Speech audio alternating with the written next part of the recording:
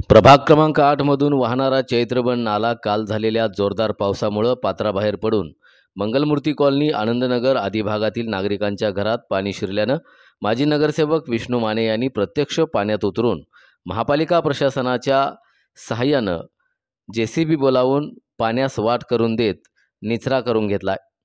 यावेळी सहाय्यक आयुक्त सचिन सागावकर, वरिष्ठ स्वच्छता निरीक्षक अनिल पाटील, स्वच्छता निरीक्षक आठवले, शंभूराज काटकर, निलेश सरगर, शशिकांत चव्हाण, दत्ता हिरेमठ आदी नागरिक उपस्थित होते। दरम्यान आयुक्तांनी सदर नाल्याचं लवकरात लवकर बांधकाम करून घ्यावं अशी मागणी नागरिकांनी केली आहे।